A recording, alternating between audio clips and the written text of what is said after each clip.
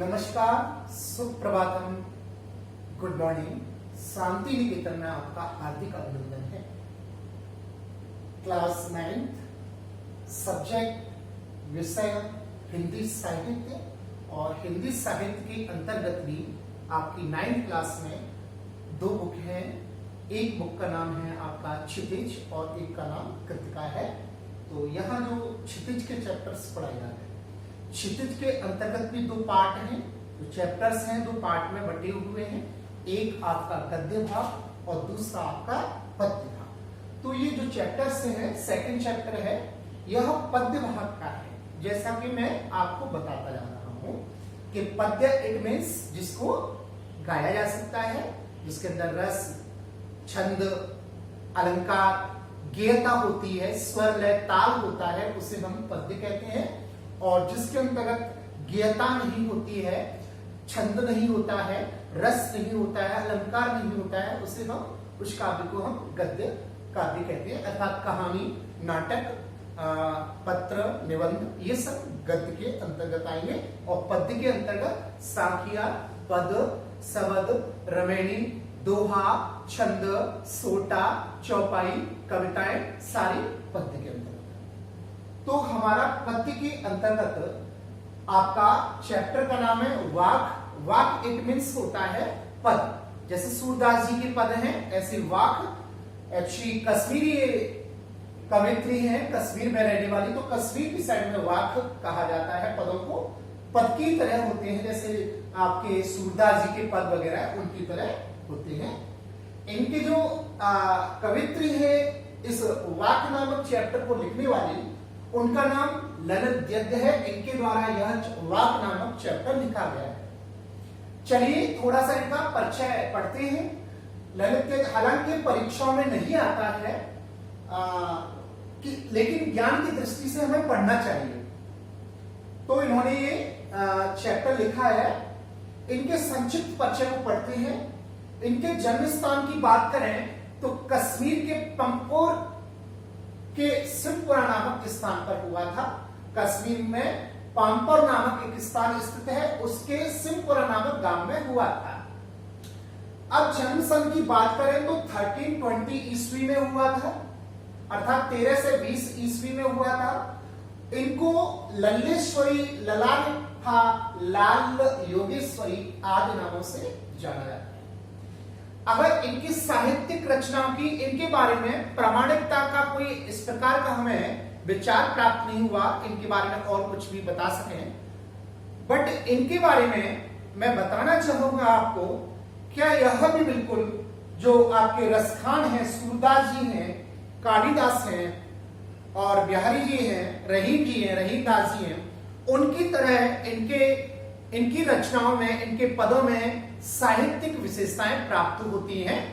जिस प्रकार आपका रहीमदास जी ने, कबीरदास जी ने अपने ग्रंथों में अनुप्रास इत्यादि अलंकारों का प्रयोग किया है, भाषा शैली, मधुर शैली का प्रयोग किया है, तत्सम तद्भव शब्दों का प्रयोग किया है, मधुर भाषा का प्रयोग किया है। जो साहित्यिक जितनी भी विशेषताएं होती हैं, वे सारी साहित्यिक विशेषताएं ललित द्यद्य कवित्री के पदों में देखने को प्राप्त होती है। बिल्कुल सूरदास, रहीमदास, कबीरदास, तुलसीदास, इनकी तरह इनके ग्रंथों में भी आपको आपकी विशेषताएं, साहित्यिक जितनी भी विशेषताएं होती हैं, चाहे वो अलंकार की बात हो, चाहे वो भाषा शैली की बात हो, चाहे वो स्वर मैत्री की बात हो, सारी विशेषताएं इनके पद्यों में प्राप्त होती हैं। इनके पद्यों में जो कहा गया है, अक्षर जीवन की जो सार्थकता है, हमारा जीवन जो है वो वास्तविक उसकी सार्थकता क्या है, उस सार्थकता की ओर प्रेरित किया गया है। अर्थात ईश्वर की भक्ति को यहाँ जो भी जीवन के जितने भी मोह माया के जितने भी लौकिकता में जितने भी कार्य होते हैं, उनको मतलब उनकी सार्थकता नहीं बताई गई है। ईश्वर की भक्ति को सार्थक बताया गया है कि हम अपना जीवन भगवान से प्रार्थना करके यहाँ आते हैं और भगवान से कहते हैं कि भगवान मुझे आप मुक्ति दो, मैं संसार में आपका ही भजन करूंगा। बट यहाँ आकर होता क्या है कि हम उसकी भक्ति न कर क्या करते हैं, अन्य कामों में लग जाते हैं।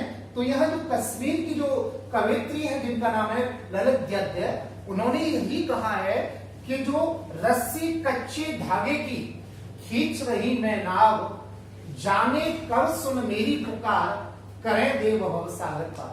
अर्थात यहां अपने जीवन रूपी जो रस्सी को कच्ची रस्सी कहा गया है, अर्थात जो रस्सी है वो कच्ची है, मैं खींच तो रही हूं लेकिन पता नहीं है वो कब टूट जाए। यहां ललित जयंती जो वास्तविक जीवन होता है, जो ईश्वर की भक्ति होती है, उसकी तरफ प्रेरित कर रही है। जाने कब सुन मेरी पुकार, करें देव भव सागर पार। न जाने, मुझे पता नहीं है मेरी भगवान कब सहायता करेंगे। अर्थात जो कच्चे धागे से मैं कच्ची नाव को खींच रही हूं, उसका जो वास्तविक नाविक, जो नाव को चलाने वाला कौन हो, ईश्वर जो है, वो मुझे कब प्राप्त होगा मुझे पता नहीं है। अर्थात जो मेरे जीवन की जो नाव है, उस जीवन की नाव की जो रस्सी लगी है उसमें, वो कच्चे धागे की है, न जाने कब टूट जाए। अर्थात उसमें सार्थकता नहीं है, अपने जीवन को सार्थक नहीं बताया गया है, अपने जीवन को निरर्थक बताया गया है, और ईश्वर की भक्ति को, ईश्वर की प्राप्ति को सार्थक बताया गया है इनके पद्यों में। जाने कब सुन मेरी पुकार, ईश्वर हे भगवान, न जाने आप मेरी इस पुकार को कब सुनोगे, जिससे मैं इस संसार से, भव सागर से, अर्थात इस संसार से तर जाऊंगी, पार हो जाऊंगी। कब मुझे अपने शरणों में आप ग्रहण करोगे, कब मुझे अपने पास बुलाओगे आप। जो संसार है ये अलौकिक है, ये पानी के बबूले की तरह है। जिस प्रकार पानी का बबूला जो होता है, पानी में बबूला आता है, क्षण भर के लिए वो दिखाई देता है और क्षण भर के लिए नष्ट हो जाता है। ये जो जिंदगी है ये वास्तविक जिंदगी नहीं है। न जाने किस गली में जिंदगी की शाम हो जाए, उजाले रहने दो अपनी यादों के मेरे साथ। पानी टपके कच्चे सपूरे, अर्थात जो जीवन है वो मिट्टी के कच्चे जो घड़ाव होता है, आपने देखा होगा, उसकी तरह है। अर्थात जो कभी भी फूट सकता है, टूट सकता है, बिखर सकता है। हमारा जीवन भी बिल्कुल उस पानी के बबूले की तरह और उस मिट्टी के घड़े की तरह है कि वो कभी भी टूट सकता है, तो कभी भी टूट सकता है। लेकिन हमने कभी भजन किया भगवान का, और उस चीज से जो वास्तविकता होती है उससे हम क्या हो जाते हैं, दूर हो जाते हैं। यहाँ अपने जीवन को बताया गया है, अपना जीवन निरंतर बताया गया है, कच्चे सकोरे की तरह बताया गया है, अपने जीवन को एक पानी के बगोले की तरह बताया है, कच्ची रस्सी की तरह बताया गया है। यहाँ व्यर्थ प्रयास हो रहे हैं मेरे, और जो भी मैं प्रयास कर रही हूँ ईश्वर की प्राप्ति के लिए, सारे व्यर्थ हो रहे हैं। वास्तविक मुझे आपकी भक्ति के लिए प्रयास करना चाहिए। भक्त लनत्यद्य, अपने आप को भक्त कह रहे हैं और ईश्वर की प्रार्थना कर रहे हैं कि मेरे जीवन को आप सार्थक बनाइए। न जाने कब इस जिंदगी से ये जिंदगी हमारी नष्ट हो जाए। तो यहाँ फिर कह रहे हैं पानी तक के कच्चे सकोरे व्यर्थ, अर्थात जो कच्चा सकोरा है, जिस प्रकार सकोरा श्रैया को कहते हैं। श्रैया आपने देखा होगा, विशेष प्रकार का एक पात्र होता है, अक्सर खीर के लिए परोसा जाता है, तो उसको कहते हैं आपका सकोरा। सकोरे शब्द का यहाँ प्रयोग किया है, तो उसको हमारे जीवन को मिट्टी के सकोरे की तरह बताया गया है। व्यर्थ हो रहे हैं प्रयास, जी में उठती रह कर हूं जाने की चाहत मेरे, अर्थात जी में बार बार। यहाँ ईश्वर की जो प्रति जो भक्ति है, यहाँ ललित जयंती जो कवित्री है, कश्मीर की रहने वाली है, यहाँ अपने जीवन को भगवान के चरणों में समर्पण करना चाहती है। तो वो कह रही है जी में उठती रह कर मुझे बार बार मेरे जीव में, मेरे हृदय में, मेरी आत्मा में, मेरे मन में आपको प्राप्त करने की बार बार भूख सी उठ रही है कि आप मुझे कब प्राप्त होंगे और ईश्वर रूपी मुझे घर कब प्राप्त होगा। न जाने ऐसा यहाँ ललित जयंती जो कवित्री है वो कह रही है कि मेरा जीवन एक कच्चे सकोरे की तरह है, कच्चे धागे की तरह है, कच्चे मिट्टी के बर्तन की तरह है, कच्चे बबूले की तरह है। जो वास्तविक जीवन का जो स्वप्न होता है वो प्राप्त नहीं हो रहा, अर्थात ईश्वर की भक्ति नहीं हो पा रही है। न जाने जीवन कब नष्ट हो जाए, अपने जीवन को निरर्थक बता रही है और उसको क्षण भंगुर बता रही है। यहाँ कवित्री जो ललित जयंती कवित्री है वो अपने जीवन को क्षण भंगुर बता रही है और इस प्रकार कह रही है कि न जाने ईश्वर मुझे कब प्राप्त होंगे और ईश्वर का जो भय है मुझे कब प्राप्त होगा, या बार बार कह रही है। नेक्स्ट, यहां अगर देखें तो आप देख रहे हैं भव सागर पार, यहां अनुप्रास अलंकार का प्रयोग हुआ है। भव सागर में र की आवृत्ति और पार में र की आवृत्ति होने के कारण यहां आपका अनुप्रास अलंकार है। पानी टपके कच्चे सकोरे व्यर्थ जा रहे मेरे प्रयास, सुन मेरी पुकार जी में होती रह रह कर। तो ये रह रह कर में पुनरुक्ति अलंकार है, पुनरुक्ति प्रकाश अलंकार, अर्थात एक शब्द दो बार आए, दोनों का अर्थ एक ही हो, वहां पुनरुक्ति प्रकाश अलंकार होता है। तो इस पद में भगवान के प्रति अटूट स्नेह दिखाई दे रहा है। ललित जी कवित्री जो है उनका अटूट प्रेम दिखाई दे रहा है। वो अपने जीवन को क्षण भंगुर मान रही है और ईश्वर की भक्ति को, ईश्वर की प्राप्ति को वो सब कुछ समझ रही है। तो इस प्रकार के पहले पद में भाषा शैली मधुर है, स्वर मैत्री भी आप देख रहे हैं, पार सागर र की आवृत्ति होने के कारण स्वर मैत्री भी है यहाँ, और भाषा शैली सरल है, क्लिष्ट नहीं है। तत्सम और तद्भव दोनों प्रकार के शब्दों का प्रयोग किया गया है।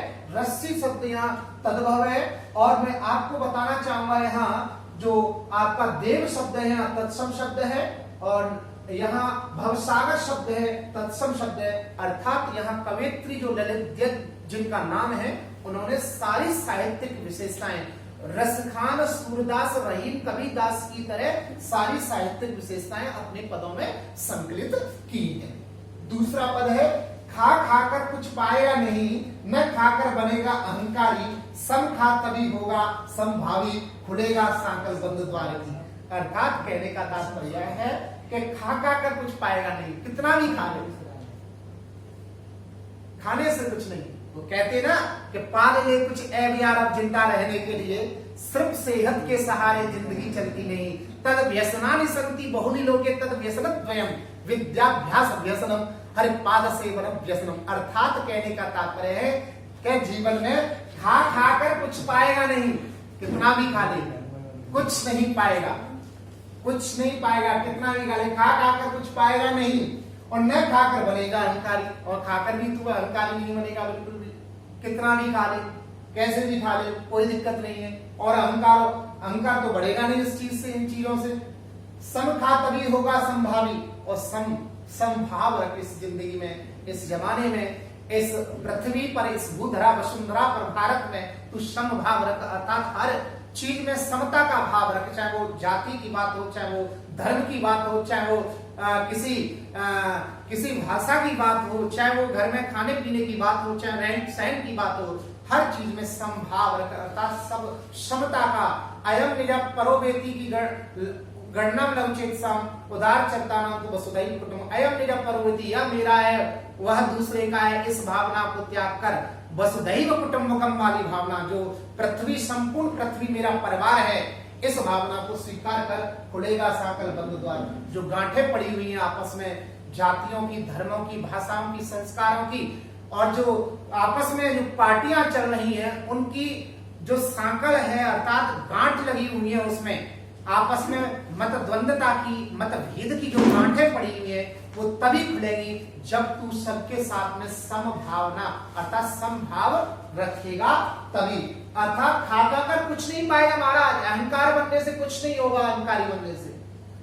सम खा तभी होगा संभावी, तू सम खा, अर्थात समरूपी, सबके साथ में समान भावना रख, चाहे किसी भी जाति का व्यक्ति हो, चाहे किसी भी धर्म का व्यक्ति हो, चाहे किसी भी कौम का व्यक्ति हो, किसी भी भाषा व्यक्ति हो, कहीं का भी रहने वाला व्यक्ति हो, सबके साथ में समभाव रख। अर्थात जो आपस की मत द्वंद्वता भरी हुई है आपस में, वह तभी टूटेगा जब आप तू समभाव रखेगा सबके साथ में। हम सब एक हैं, ईश्वर अल्लाह तेरो ही नाम, सबको संपत्ति दे भगवान। राम रहीम, रहीम ही राम है, राम ही रहीम है, ईश्वर ही अल्लाह है, अल्लाह ही ईश्वर है। अर्थात सब में समभाव रख। यहाँ ललित जी समभावना की बात कर रही हैं। खुलेगा सागर तभी, आपस की जो मतद्वंदता है, उसमें जो गांठ पड़ी हुई है तरह तरह की, आपस की वैर की गांठ, ईर्ष्या की, द्वेष की गांठें पड़ी है, वो तभी खुलेंगी जब आप सबके साथ में समानता का भाव रखोगे, सबके साथ में प्यार से रहोगे, सबके साथ में अच्छा व्यवहार करोगे, तभी जो जिंदगी की जो गांठें पड़ी हुई है वो सभी समाप्त होंगी। यहाँ इस प्रकार ललित जी ने वर्णन किया है। पहले पद में ईश्वर की भक्ति को सब कुछ बताया, ईश्वर की प्राप्ति को बताया, जीवन को क्षणभंगुर बताया। दूसरे में सबके साथ में अच्छा व्यवहार करने के लिए, सबके साथ में समभाव स्थापित करने के लिए बताया गया है। और यहाँ खाने को ये बताया कि खाने से कुछ नहीं होगा जब तक तुम्हारे अंदर समभाव नहीं आएगा, यह तुम्हारा है और तुम्हारा मेरा है, इस प्रकार की भावना नहीं आएगी, तब तुम मेरे हैं और मैं आपका हूं, इस प्रकार की जब तक भावना जिंदगी में नहीं आएगी तब तक हमारे जो अंदर जो एक दूसरे के धर्म, जाति, भाषा को लेकर, पार्टी को लेकर जो गांठें बंधी हुई है तब तक नहीं खुलने वाली है, जब तक हम समभाव नहीं रखेंगे, अर्थात एक दूसरे से स्नेह नहीं करेंगे। तो इस प्रकार यहाँ ललित यज्ञ जो है बहुत अच्छे कवि हैं, बिल्कुल सूरदास, रहीदास, कबीरदास और तुलसीदास जी की तरह हैं। उनकी तरह इन्होंने अपने साहित्य में साहित्यिक शैली का प्रयोग किया है। यहाँ सूरदास, रहीदास, जो कबीरदास हैं, इनके जो पद हैं उनको पद, साकिया और दोहा के नाम से जाना जाता है। इनके पदों को बाक नाम से जाना जाता है। तो इस प्रकार जो चैप्टर सेकंड है आपका, उसके 2 पद हो जाते हैं। तो इस प्रकार अगर नीचे वाले आप इसमें देखोगे तो खाका कर यहाँ मूर्ति प्रकाश अलंकार का प्रयोग हुआ है। तो और स्वर मैत्री भी अच्छी देखने को मिल रही है, बड़ी बड़ी मात्रा आ रही है लास्ट के जितनी पंक्ति के लास्ट अक्षरों में। तो इस प्रकार हम कह सकते हैं कि इन्होंने भी बहुत अच्छी साहित्यिक शैली का प्रयोग किया है। इस प्रकार ये आपके पद 2 पद हो जाते हैं। इसमें कोई आपको समस्या हो, प्रॉब्लम हो तो आप कभी भी पूछ सकते हैं। तब तक के लिए have a nice day, all the best, may God bless you.